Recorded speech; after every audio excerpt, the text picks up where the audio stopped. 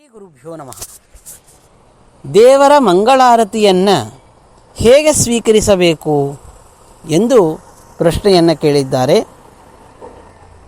ಅದಕ್ಕೆ ಶಾಸ್ತ್ರ ನೀಡುವಂತಹ ಉತ್ತರವನ್ನು ತಿಳಿಯೋಣ.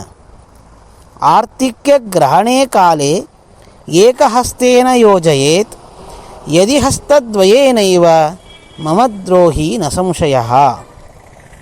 ದೇವರ ಮಂಗಳಾರತಿಯನ್ನು ತೆಗೆದುಕೊಳ್ಳಬೇಕಾದಾಗ, ನೀರಾಜನವನ್ನು ತೆಗೆದುಕೊಳ್ಳಬೇಕಾದಾಗ ಎರಡು ಕೈಗಳಿಂದ ಕೆಲವರು ತೆಗೆದುಕೊಳ್ಳುತ್ತಾರೆ. ಅದು ಅತ್ಯಂತ ಅಬದ್ಧವಾದಂತಹ ಕರ್ಮ. ಒಂದೇ ಕೈಯಿಂದ, ಅದು ಬಲಗೈಯಿಂದ ಮಂಗಳಾರತಿಯನ್ನು ತೆಗೆದುಕೊಳ್ಳಬೇಕು. ಮೊದಲಿಗೆ ತಲೆಯ ಮೇಲೆ, ಅದಾದ ನಂತರ ಹೃದಯಕ್ಕೆ, ಅದಾದ ನಂತರ ನಾಭಿಯ ಎಡಭಾಗದಲ್ಲಿ ಆ ಹಸ್ತವನ್ನು ಮುಟ್ಟಿಸಿ ತದನಂತರದಲ್ಲಿ ನಮಸ್ಕಾರವನ್ನು ಮಾಡಬೇಕು.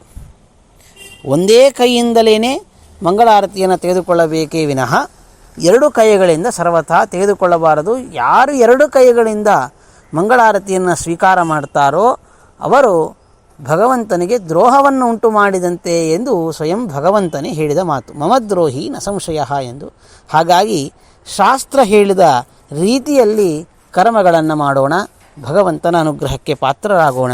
ಶ್ರೀಕೃಷ್ಣಾರ್ಪಣಮಸ್ತು. ಶ್ರೀ ಗುರು